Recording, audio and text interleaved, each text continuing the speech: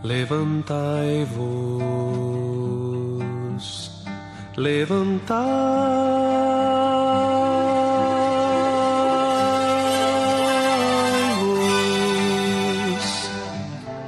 bendizei ao Senhor vosso Deus, de eternidade em eternidade. Mateus capítulo 28.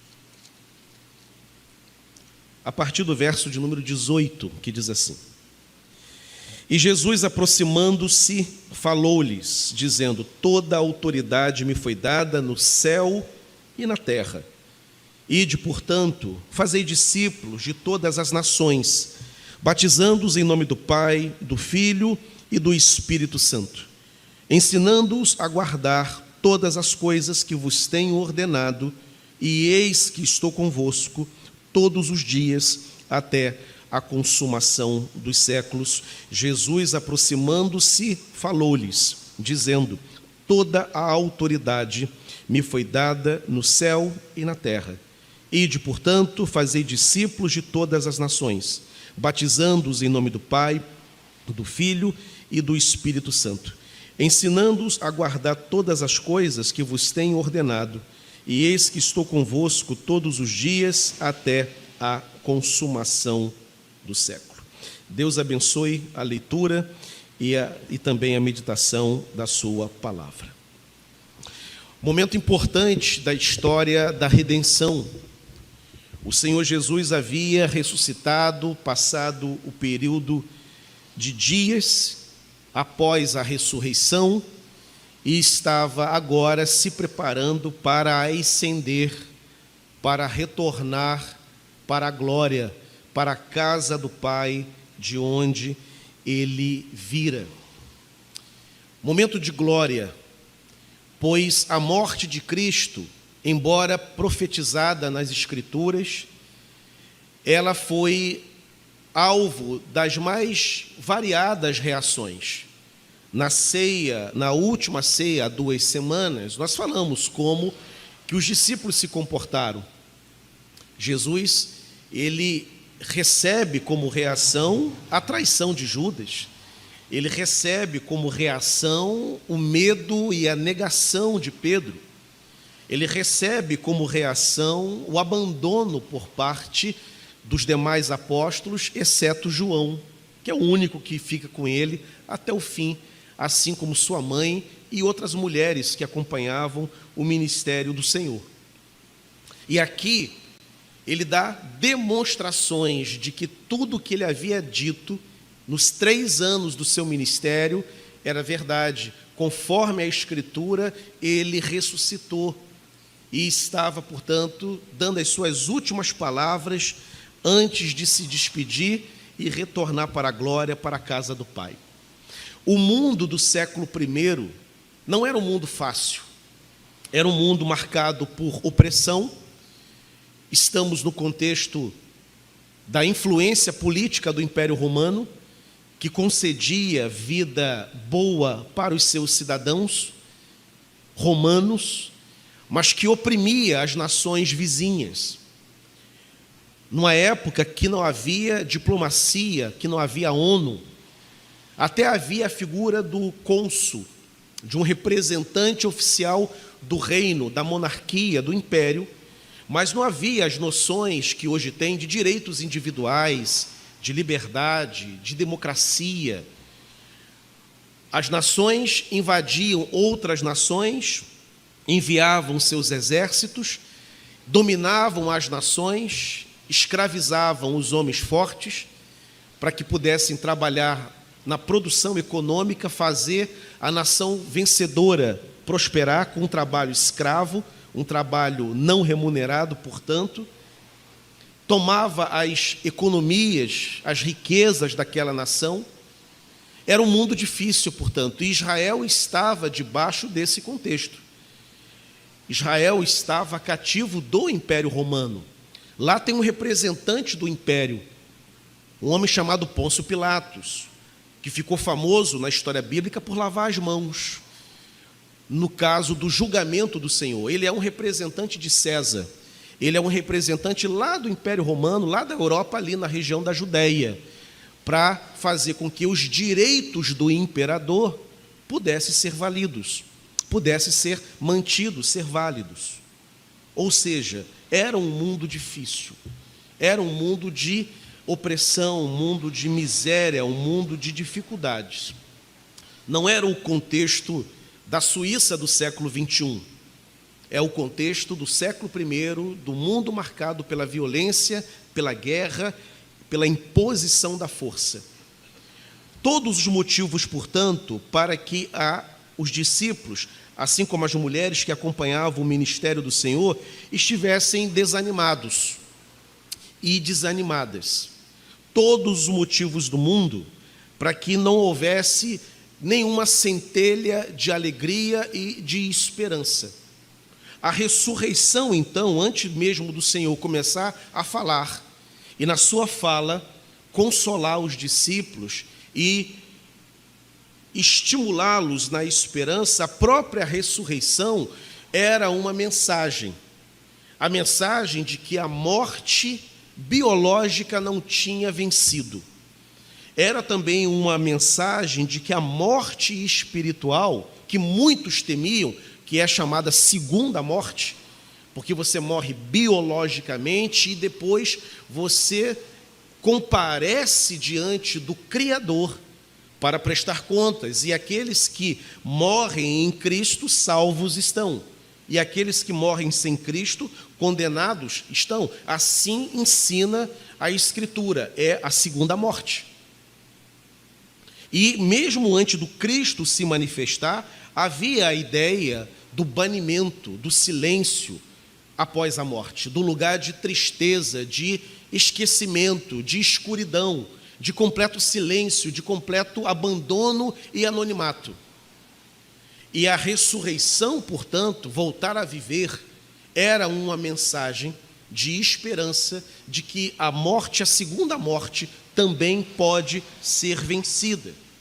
Era também uma mensagem de que o Cristo que morreu e ressuscitou tinha poder e autoridade, num contexto de um mundo de sofrimento, de dor e de aflição. Essa passagem, portanto, ela nos dá algumas lições que foram preciosas para os discípulos que estavam com o Senhor naquele momento, mas também uma mensagem para a igreja da posteridade, que alcança até a nossa, nesses tempos tão estranhos como nós vivemos. Primeiramente, essa passagem nos ensina, baseado nas palavras do Senhor, é uma lembrança de que Jesus deu autoridade à sua igreja. Ele diz: toda autoridade me foi dada no céu e na terra. A palavra exousia, do grego autoridade, que implica em poder, que implica em unção e que implica em êxito do trabalho do crente e êxito do trabalho da igreja. Diante daquele momento de opressão no mundo, o mundo passando por um momento de insegurança política, insegurança econômica, insegurança social, um mundo assombrado por uma potestade, o Império Romano, violento, poderoso, amedrontador. Todos os motivos, portanto, para aquele judeu típico padrão estivesse desanimado, amedrontado, com receios, com depressão, todos os motivos aquela geração tinha. E se não bastasse, aqueles discípulos viram também o seu mestre morrer na cruz, num julgamento injusto, pois era óbvio que Jesus, e para isso a Escritura também se cumpriu, porque ele foi levado como ovelha muda para o matadouro. Ele era um inocente que foi julgado por causa dos interesses humanos e também por causa das questões espirituais, a oposição que o inferno fazia. E, acima de tudo, porque a vontade de Deus precisava se cumprir, era necessário que Jesus, o Cordeiro Pascual, fosse à cruz. Um julgamento injusto. Eu fico imaginando os gatilhos mentais dos discípulos, sem entender aquela perspectiva, sem entender aquela cena, principalmente aqueles que tivessem mais sensibilidade no conceito de justiça. Era um mundo, portanto, horroroso, era um mundo injusto, era um mundo tenebroso.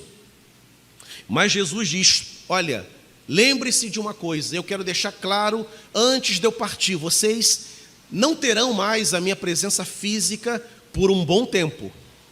Eu rogarei ao Pai e derramarei o Espírito, mas vocês não verão o Espírito, Ele estará presente. E eu quero lembrá-los de que toda a autoridade me foi dada no céu e na terra. Era uma mensagem de esperança, era uma mensagem de estímulo, era uma mensagem de coragem para a igreja, para os discípulos. Lembre-se, enfrentem esse mundo, enfrentem as ameaças do Império Romano, não tenham medo do Império. E se você observar nos 27 livros do Novo Testamento, não há uma única linha de preocupação de nenhum autor sagrado com o Império Romano. Ele é perseguidor, imperadores terríveis como Nero, que mandou inclusive assassinar o apóstolo Paulo, imperadores como Cristiano, que apesar do nome foi uma peste, imperadores como Décio, terrível, perseguidor da igreja. Não há uma linha sequer, uma linha, dos apóstolos, dos autores do Novo Testamento, dizendo que a igreja deveria se preocupar com aquela situação ameaçadora, oriunda do império. Ao contrário, Paulo, na carta aos Romanos, capítulo 13, Paulo vai dizer: toda autoridade é constituída de Deus, sujeitem-se a ela. Ele não se preocupa com o império, porque ele sabe que há um reino que transcende. Ele sabe que o império ele tem os seus dias contados. 400 anos depois, o império entraria em colapso, com a invasão dos chamados povos bárbaros, e o Império Romano seria destruído, e nunca mais se reergueu. Paulo sabia disso, de que o reino do crente não é esse reino, não depende desse governo. Então Jesus diz: olha, lembre-se de uma coisa, tenham coragem, tenham esperança, sejam otimistas, porque toda a autoridade me foi dada no céu e também na terra. E essa autoridade que eu recebi do Pai, por ter cumprido a minha missão, eu compartilho dessa autoridade, eu outorgo essa autoridade à igreja, para que o trabalho da igreja seja feito, para que a igreja possa pregar a palavra, e essa palavra pregada pela igreja ser uma palavra que faça sentido, uma palavra que acalente, uma palavra que alcance o coração do homem que está desolado.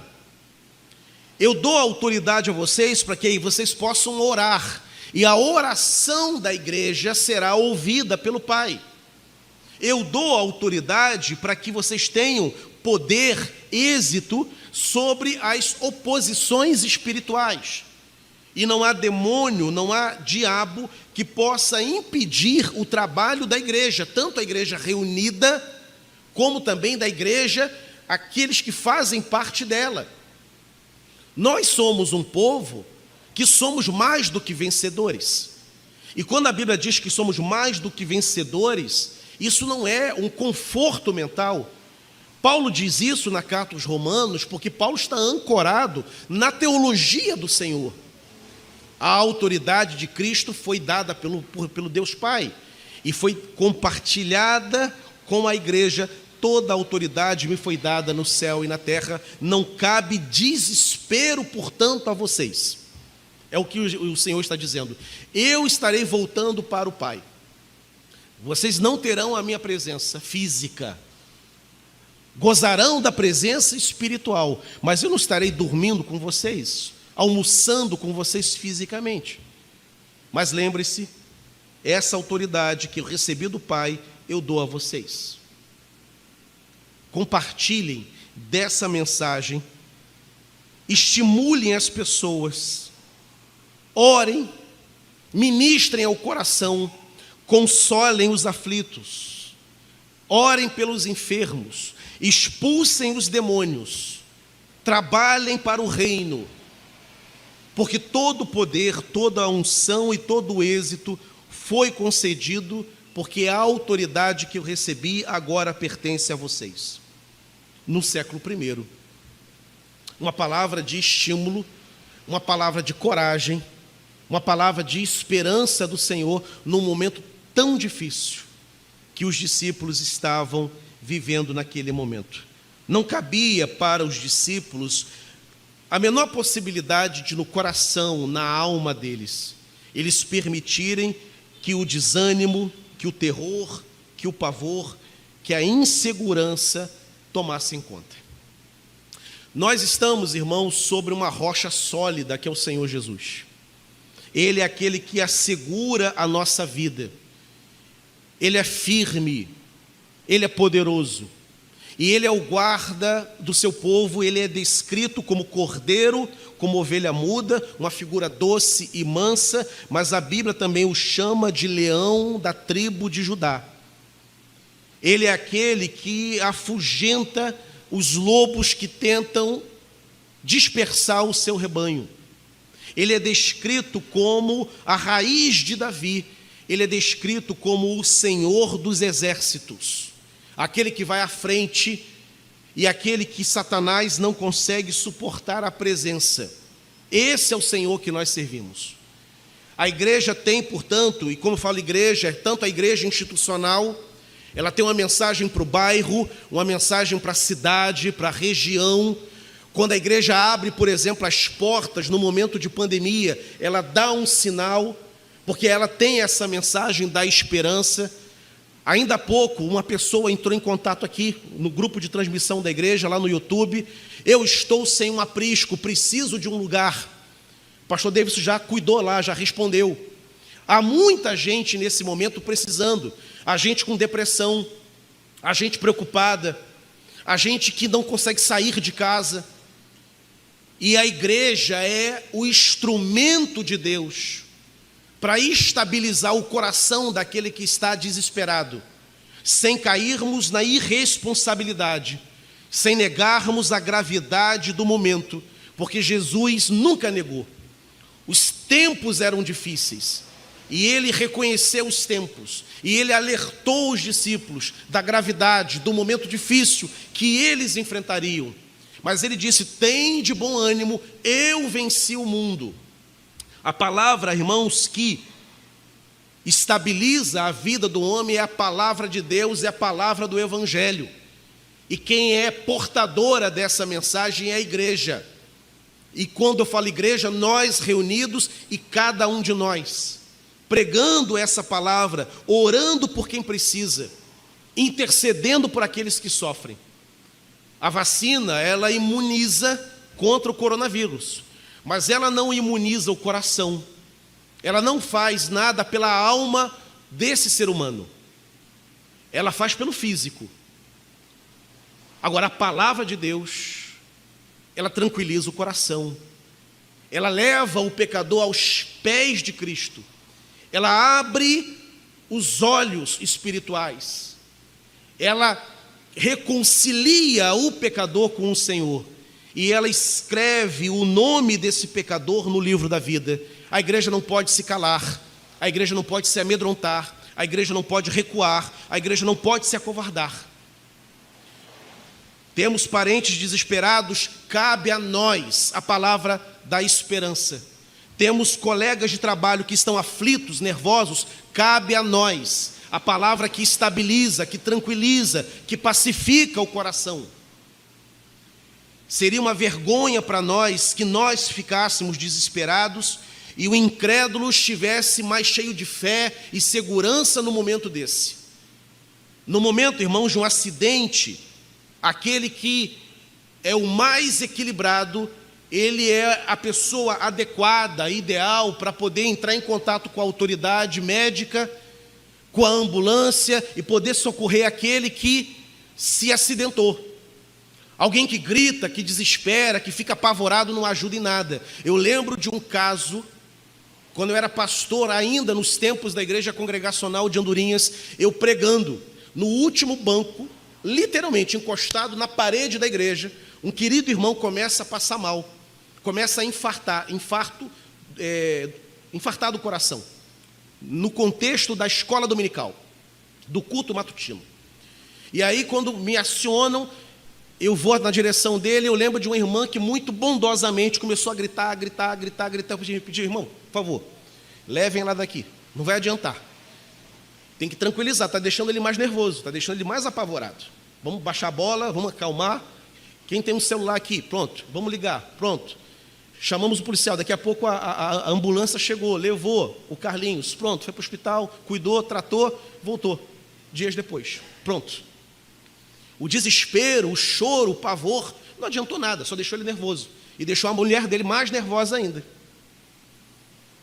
A palavra da igreja é uma palavra de esperança. A palavra da igreja é uma palavra de coragem. E como eu disse, tenho dito várias vezes, não é palavra de gente alienada, que nega. Igrejas negacionistas e pastores negacionistas são irresponsáveis e deveriam responder às autoridades. Nós não podemos negar a gravidade do que está acontecendo. Tem muita gente morrendo. Eu perdi um amigo essa semana agora, da Igreja Congregacional de Ponte Seca, 46 anos de idade. Foi meu aluno na escola dominical.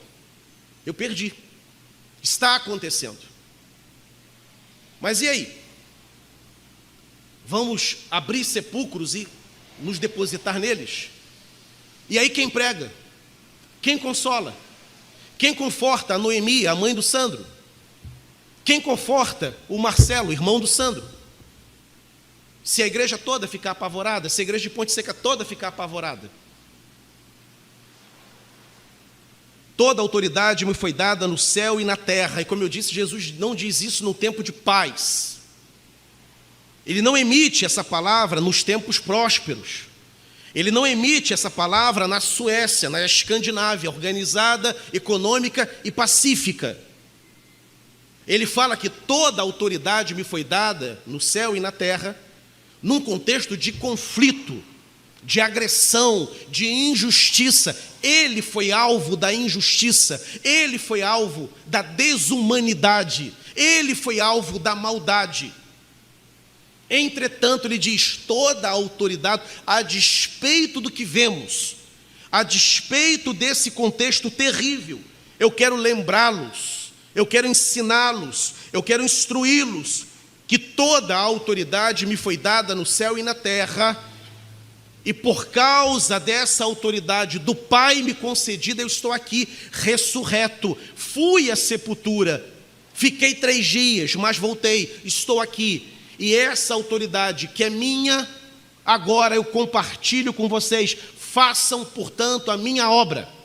Preguem, orem, intercedam. Se houver demônios no caminho de vocês, expulsem os demônios, não corra deles, os enfrente. Porque vocês têm essa autoridade sobre a vida de vocês.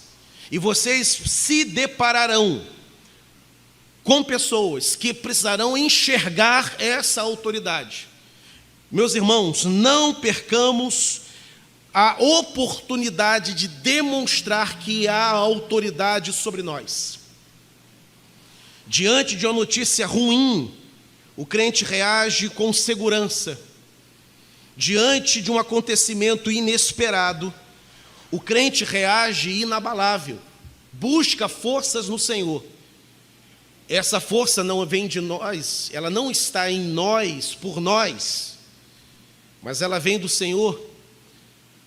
Os que confiam no Senhor são como os montes de Sião, que não se abalam, mas permanecem para sempre.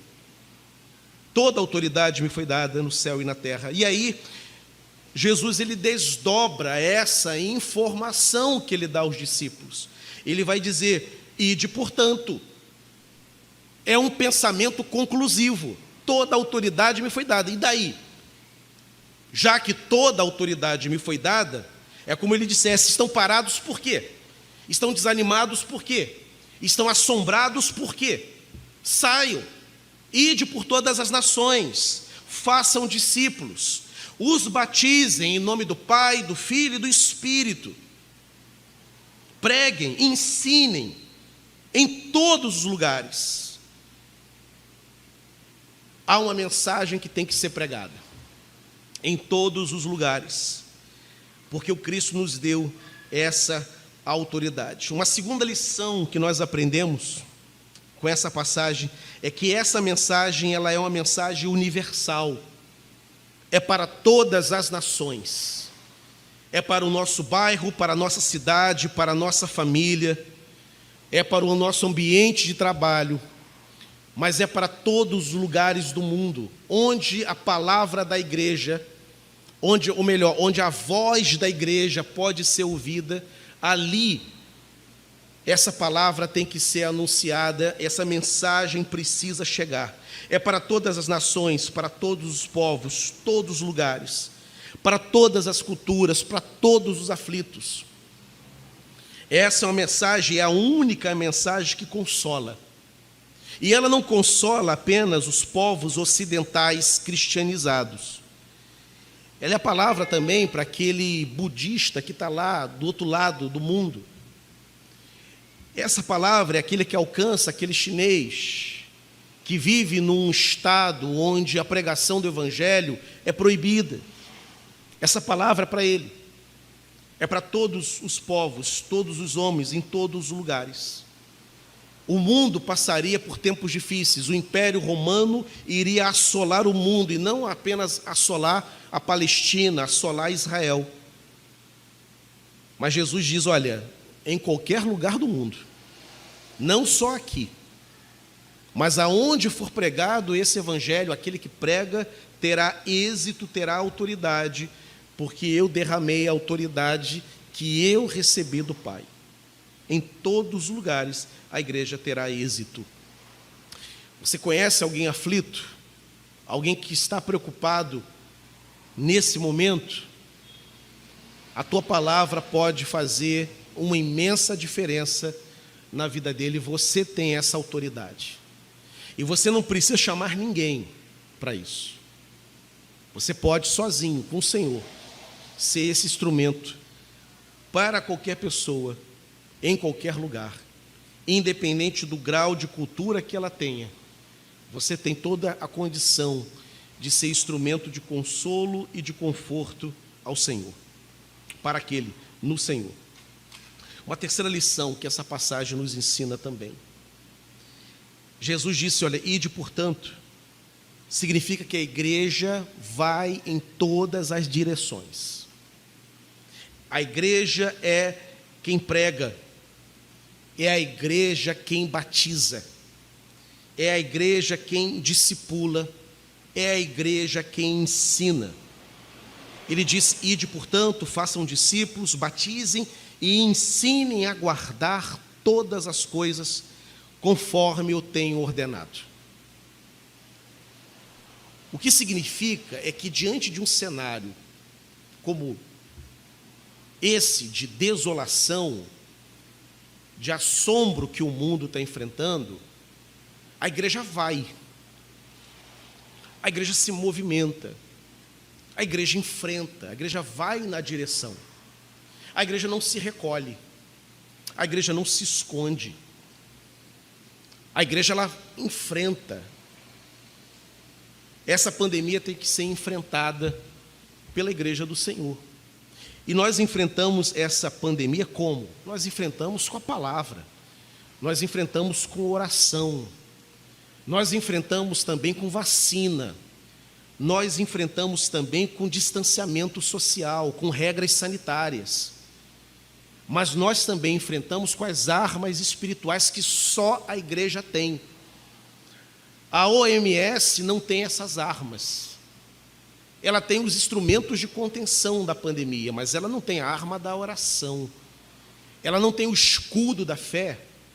Ela não tem a couraça da justiça. Ela não tem o evangelho que nos calça, o evangelho da paz. Ela não tem o capacete da justiça. Ela não tem a espada do Espírito. Essas são armas que somente a igreja tem. Então, num momento como esse, nós enfrentamos. E enfrentamos para a glória de Deus. Então, num momento como esse, a igreja segue com seu trabalho. Os crentes continuam sendo instrumentos da bênção de Deus, mais do que nunca. E se houve um momento na nossa história em que nós temos a grande oportunidade de sermos relevantes para o mundo, é agora. Porque na hora da festa, da farra, da alegria, da normalidade, todo mundo vai. Na hora da crise, aqueles que têm confiança em Deus se destacam. No mar tranquilo, qualquer um navega. No mar revolto, é que você vê a qualidade do capitão do navio, a maestria dele, o conhecimento dele, se ele era uma fraude ou se ele era realmente quem ele dizia ser. Num momento como esse, irmãos, em que tanta gente está desesperada, e diante daquele momento, onde tantos estavam desanimados, desolados, entristecidos, Jesus chega para os discípulos e diz: olha, eu dei autoridade, agora saiam pelo mundo. Pelo mundo, Senhor, é pelo mundo. O mundo dominado pelo Império Romano, um mundo violento, um mundo onde estrangeiros são escravizados, onde as mulheres são estupradas, um mundo onde a lei da ordem, a lei da força é imposta e o mais fraco é dominado. É esse mundo mesmo, esse mundo que nós vivemos. Saiam por esse mundo, preguem, batizem em nome do Pai, do Filho e do Espírito. E com isso Jesus está dizendo o quê? Haverão convertidos, porque só é batizado em nome do Pai, do Filho e do Espírito aquele que é convertido, aquele que abre o coração para o Senhor. O mundo é terrível, assombrado pelo império, violência, morte, perseguição, autoritarismo, tudo isso está acontecendo, ditadura. Mas haverão convertidos, porque a igreja vai pregar, a igreja vai orar, e haverão convertidos, e convertidos serão batizados em nome do Pai, do Filho e do Espírito. O tempo pode ser um tempo de dor, de escuridão, mas se a igreja for luz, se a igreja pregar, se a igreja se posicionar, pessoas ouvirão essa palavra e se converterão. Isso significa, irmãos, que nesse tempo o louvor não pode desaparecer dos lábios do crente. Não é hora dos ministérios de louvor se recolherem. Não é época dos ministros baixarem as suas armas, abrirem as gavetas e guardarem as suas espadas. Porque se nós pararmos de louvar, quem é que vai louvar? Se pararmos de pregar, quem é que prega? Imaginemos um cenário onde todas as igrejas fechadas, por exemplo, quem vai anunciar? E aquele que passa pela rua? Será que nós teremos a cena absurdamente jamais imaginada de gente batendo na porta de uma comunidade fechada, de uma igreja amedrontada? Quem prega para aquele que precisa dessa palavra, como esse rapaz que acabou de entrar lá na mensagem: eu preciso de um lar espiritual, a igreja está aberta. Ide por todo mundo. E não é só ir nos lugares bons do mundo, ide nos lugares pacíficos do mundo, ide nos lugares saudáveis do mundo. O que Jesus diz é: ide por todo mundo, os lugares bons e os lugares ruins. Nós temos missionários na França, missionários no Canadá, que precisam também, afinal de contas, o canadense próspero, rico, precisa de Cristo. Mas temos missionários também lá na Síria, onde, se você falar que é crente, o negócio fica ruim para você. É por todo mundo. É na aldeia do indígena e é também no Alphaville de São Paulo.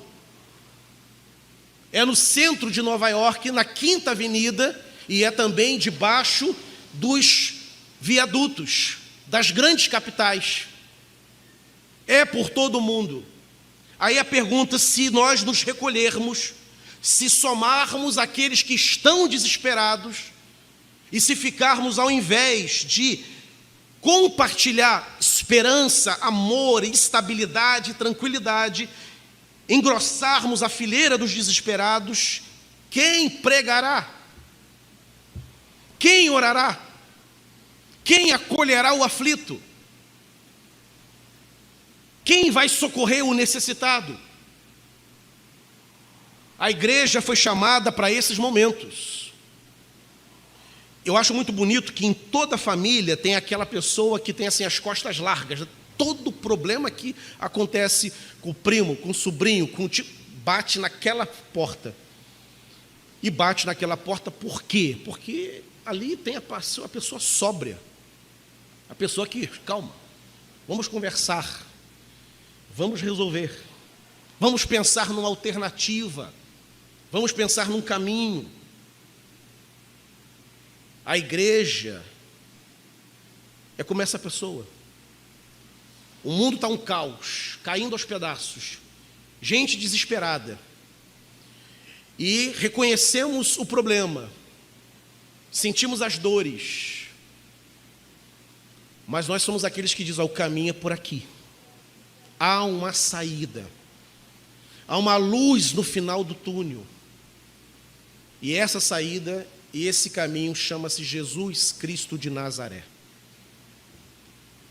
Toda palavra, toda autoridade foi dada para que esta afirmação seja feita. A minha oração, queridos, por mim, por minha família, pela minha igreja, pelos meus irmãos, é que nós não venhamos a nos esquecer que há uma autoridade espiritual sobre nós. Você pode, hoje, chegar em qualquer lar, onde há pranto, onde há dor, onde há tristeza, e você ser instrumento do consolo, da alegria e do sorriso, porque você tem o Espírito Santo sobre você. Jesus derramou o Espírito. Eu irei para o Pai, mas fiquem tranquilos, não vos deixarei órfãos. Eu rogarei o Pai, e o Pai derramará o Espírito Santo. Jesus encerra aquelas últimas palavras, as derradeiras palavras do Senhor para os discípulos, dizendo: fiquem tranquilos, eis que estou convosco todos os dias, até a consumação do século. Eu pergunto à igreja nessa manhã: o que mais nós precisamos? Você tem Cristo, você precisa de mais alguma coisa? Você precisa de mais alguém? O que falta na vida daquele que tem Cristo?